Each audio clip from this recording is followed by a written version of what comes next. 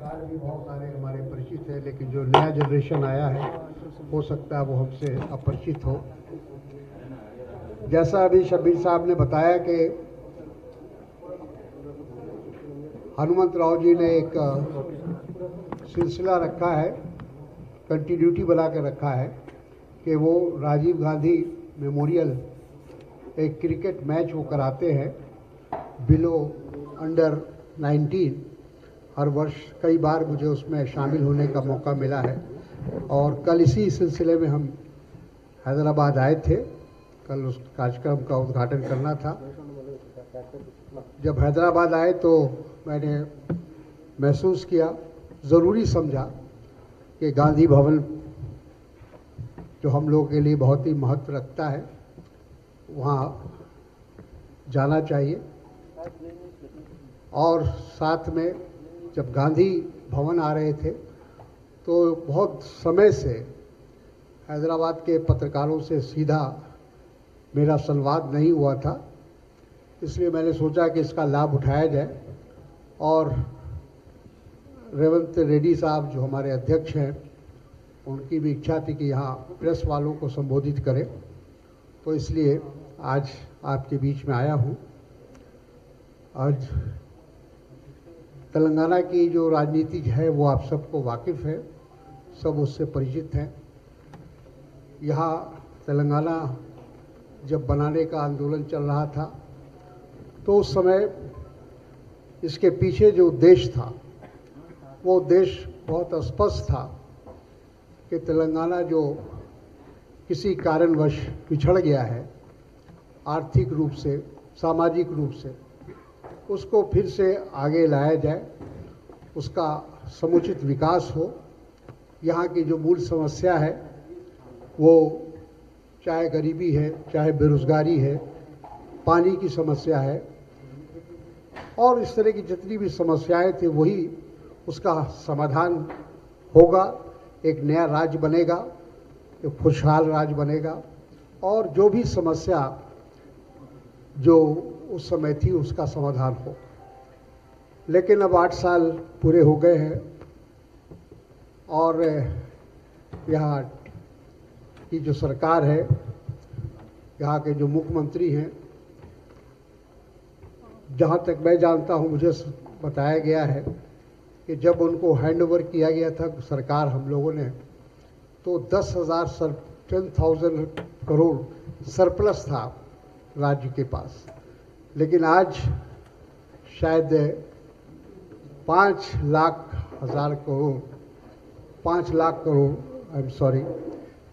करोड़ का आज बोझ है इस राज्य के ऊपर, कर्ज का बोझ है। तो क्या अंतर आया, क्या नहीं आया, ये तो हम अपनी आंखों से देख रहे हैं, महसूस कर रहे हैं।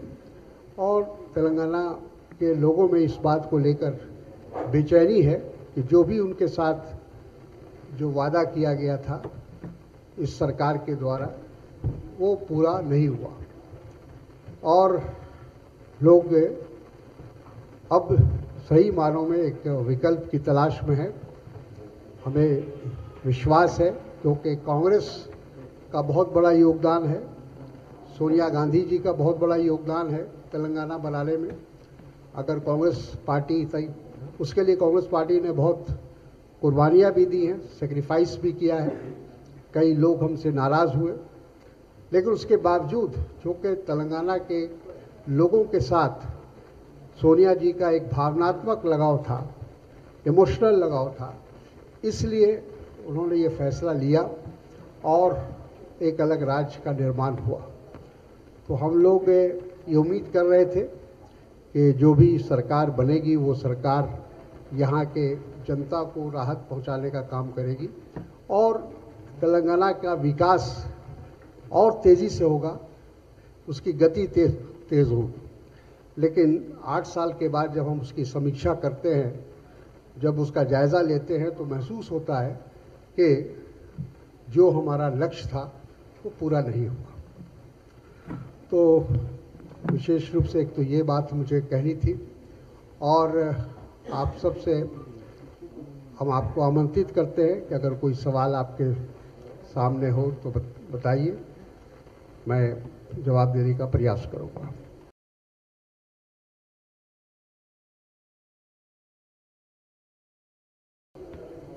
तो आप, आई वेलकम योर क्वेश्चन।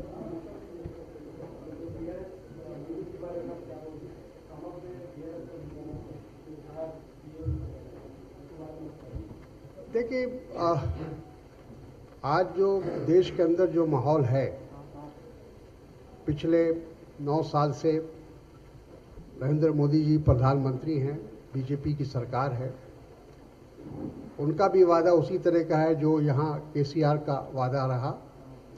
लोगों को सपना दिखाने का काम किया था 9 साल पहले, और उनको जिस प्रकार का जन समर्थन मिला, वो यकीनन लोगों को बहुत उम्मीद थी उनसे, बहुत आशा थी, लेकिन वो नाकाम रही। अब विपक्ष, कांग्रेस पार्टी जो सबसे बड़ी विपक्ष में है, बड़ी पार्टी है, और कांग्रेस 2004 में, 2009 में हम लोगों ने तमाम दलों को यूपीए के शक्ल में सबको इकट्ठा किया था, और 2004 में एक विकल्प देने की कोशिश हम लोगों ने की थी और उसमें कामयाब रहे थे। आज फिर देश एक विकल्प चाहता है, और जो देश की व्यवस्था है, देश की जो हालात है, उससे आप सब वाकिफ़ हैं। हमारी अर्थव्यवस्था कहाँ है, बेरोज़गारी की समस्या है, महंगाई की समस्या है, किसानों की समस्या है, बहुत सारी समस्याओं का एक लंबा फहरिस्त है।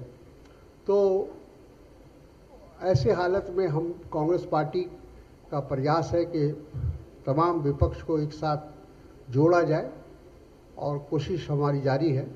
लेकिन कुछ लोग ऐसे हैं, कुछ पार्टियां हैं जो विपक्ष में होते हुए भी वो लगातार केंद्र में नरेंद्र मोदी की सरकार का समर्थन करते रहे। एक तरफ तो वो यहाँ भारतीय जनता पार्टी के खिलाफ एक पोस्चर देते हैं, लेकिन हकीकत में सच्चाई जो है, रिकॉर्ड अगर देखा जाए तो उससे ये महसूस होगा कि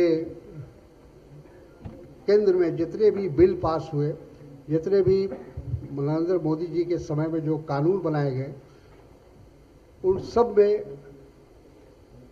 यहाँ जो सरकार है, जो पार्टी है, उसका समर्थन उसको मिलता रहा है। और यही वजह है कि हम लोग ये मानकर चलते हैं कि ऐसी पार्टियां जो वहाँ दिल्ली में उनका चरित्र दूसरा होता है और यहाँ चरित्र दूसरा होता है।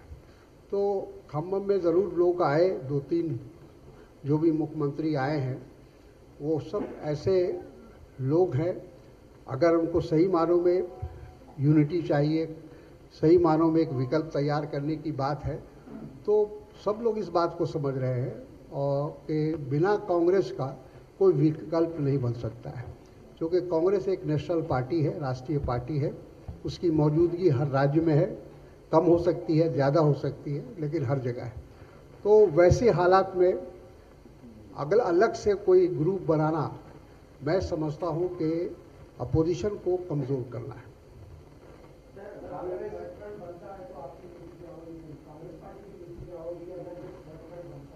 देखिए, थर्ड फ्रंट का एक्सपीरियंस कई बार हो चुका है हमारे देश में। देवे गौड़ा जी बने थे प्रधानमंत्री, गुजराल साहब बने थे प्रधानमंत्री। तो ऐसा नहीं कि कोई पहली बार ये प्रयास हो रहा है। कोई एक ही फ्रंट बन सकता है जो बीजेपी, एंटी बीजेपी फ्रंट हो सकता है, और बीजेपी का विकल्प हो सकता है। और वो, जैसा मैंने कहा कि कांग्रेस को अलग करके या कांग्रेस के साथ जो लोग हैं उनको अलग करके कोई विकल्प तलाश करता है तो गलत है।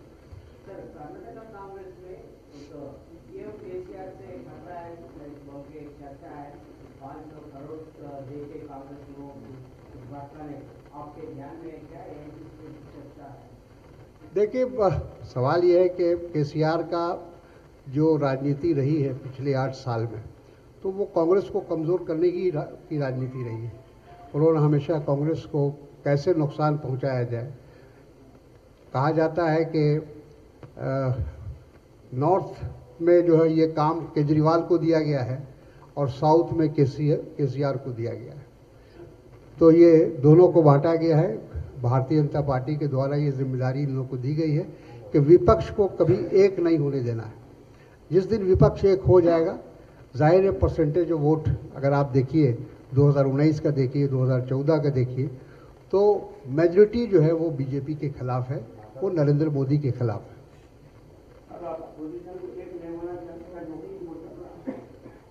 बीजेपी अपोजिशन को मुतहद नहीं होना बोल के आप बोल रहे हैं, में वो दमखम बाकी है तो अपोजिशन को प्लेटफॉर्म पर लाते।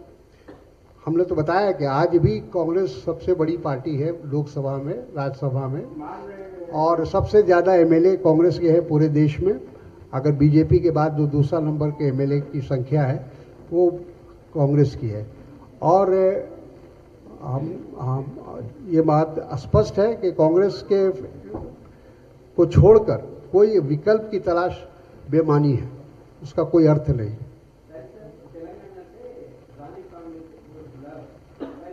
करेक्ट, बिल्कुल।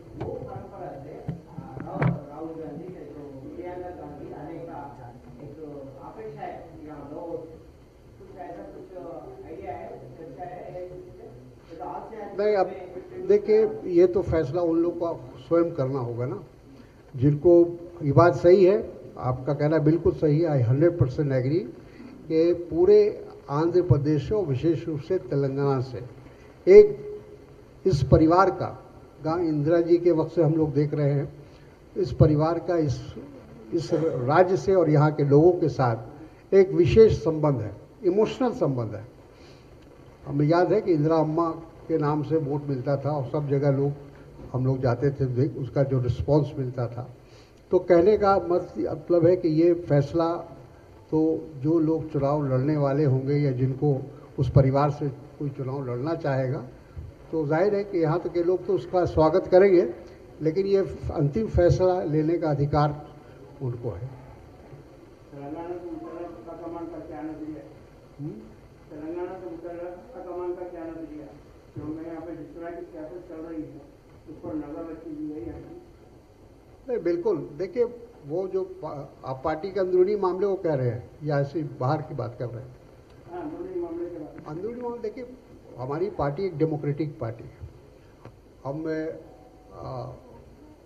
कोई डिक्टेटरशिप हमारे यहाँ नहीं है, हम सबको लेके चलना चाहते हैं। और एक पार्टी के अंदर अलग अलग वॉइस हो सकता है, लेकिन पार्टी में यूनिटी है। पार्टी का जहाँ सवाल आएगा, पार्टी के अस्तित्व का सवाल आएगा, पूरे लोग एक साथ, पूरी पार्टी एक साथ खड़ी होगी। रेवंत रेड्डी जो फैसला करने थे, दमखम एकदम पुतला हो गया था पार्टी में। हालिया कुछ अर्से में पीएम कायदीन की नाराजगी और दीगर वजूहत की वजह से पार्टी में वो खिलाफ गिरता हुआ नजर आता है। क्या आला कमान इस पर नजर रखे हुए? बिल्कुल नजर रखे हुए। अभी आपको जानकारी मिली होगी कि अभी यहाँ जो प्रभारी बनाए गए हैं नए, वो महाराष्ट्र के बहुत वरिष्ठ नेता हैं और महाराष्ट्र कांग्रेस कमेटी के बहुत लंबे समय तक अध्यक्ष रहे हैं। एक लंबा उनको अनुभव है, तो उनको ये जिम्मेदारी दी गई है। हमें उम्मीद है, विश्वास है। यहाँ नदीम साहब बैठे हैं, आईसीसी के सेक्रेटरी हैं, ये उनके साथ अटैच हैं और हमको पूरा विश्वास है कि उनके गाइडेंस में तेलंगाना कांग्रेस मजबूत होगा। रेवंत रेड्डी साहब की ताकत बढ़ेगी, मजबूत होगी, मुझे ऐसा लगता है।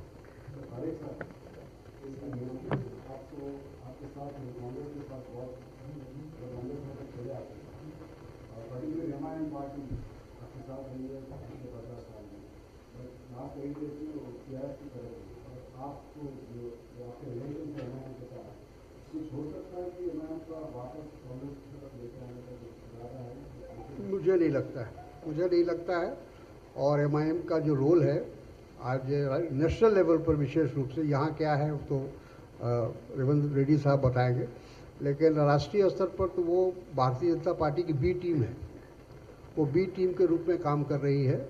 जहाँ जहाँ उनको जिम्मेदारी दी जाती है भारतीय जनता पार्टी की ओर से कि कांग्रेस को हराना है, सेकुलर वोट को बांटना है, तो वहाँ या तो वो जाते हैं या केजरीवाल जी जाते हैं। ये दोनों का काम यही है नॉर्थ इंडिया में ख़ास तौर पर, कि सेकुलर वोटों को बांटना है। आज ही जो है बीबीसी की रिपोर्ट एक आई है कि गुजरात में जो प्रधानमंत्री हुए थे उसके लिए रात तक मोदी को जिम्मेदार बताया गया है? देखिए, ये बात तो खुद भारतीय जनता पार्टी के जो पूर्व प्रधानमंत्री थे और नेता थे अटल बिहारी वाजपेयी जी, उन्होंने तो प्रेस कॉन्फ्रेंस में ये बात कही थी कि राजधर्म निभाने का काम नहीं किया उन्होंने। तो और उस समय उनके हटाने का फैसला भी ले लिया गया था, लेकिन कुछ भारतीय जनता पार्टी के अंदर ऐसे वरिष्ठ नेता थे या लोग थे जिन्होंने उनको बचाने का काम किया था। तो ये आरोप तो उन पर है ही है, ये कोई आज का नहीं, उसी समय का ये आरोप है। और एक आपको जानते होंगे कि तमाम जो पश्चिम के देश हैं उन्होंने उनके वीज़ा नहीं देने का फैसला किया था। उसका एक कारण ये भी था 2002 का जो दंगा हुआ था, मैसेकर हुआ था। और कुछ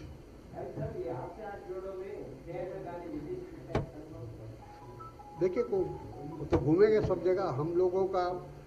उसके लिए भी हम चाहेंगे कि हम तेलंगाना के लोगों को धन्यवाद दें, उनको बधाई दें कि पिछले दिनों जो भारत जोड़ो यात्रा यहाँ आई और राहुल जी के नेतृत्व में, तो जिस प्रकार से राहुल जी का और उस यात्रा का अभिनंदन हुआ, स्वागत हुआ, वो ऐतिहासिक था। आप लोग खुद पत्रकार हैं, आप लोगों ने अपने महसूस किया होगा कि चार मीनार में जिस तरीके से लोग आए और जिस तरह से जन समर्थन दिया लोगों ने उस यात्रा को, वो ऐतिहासिक है, तारीखी है। तो हमें उम्मीद है, हम लोग चाहते हैं कि जो मोमेंटम उससे बना है भारत जोड़ो से पूरे देश के अंदर, उस मोमेंटम को बनाए रखना है। और जब तक हमारे लक्ष्य की पूर्ति नहीं होती, यानी देश में सामाजिक धार्मिक सद्भाव हो, गरीबी कम हो, बेरोजगारी कम हो, भ्रष्टाचार कम हो, इन तमाम चीज़ों पर हमारा फोकस था भारत जोड़ो यात्रा में। और उसकी प्राप्ति तक, जब तक हम अपने गोल को पा नहीं लेते हैं, तब तक किसी न किसी रूप से हम जनता से हमारा संपर्क बना रहेगा। और हाथ से हाथ जोड़ो उसी का एक अंग है और वो कंटिन्यूटी है जो भारत जोड़ो का हमारा उद्देश्य था। उसी उद्देश्य को लेकर हम हाथ से हाथ जोड़ो करेंगे और उसमें सभी हमारे राष्ट्रीय नेता पूरे देश का दौरा करेंगे और तेलंगाना भी आएंगे।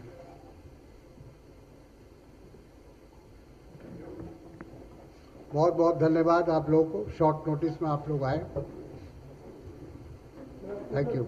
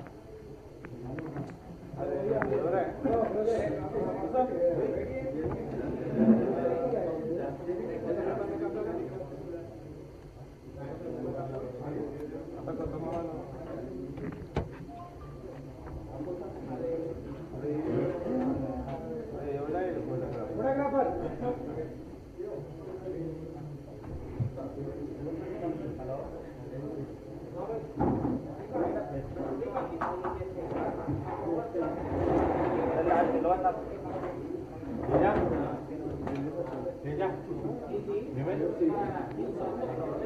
देखो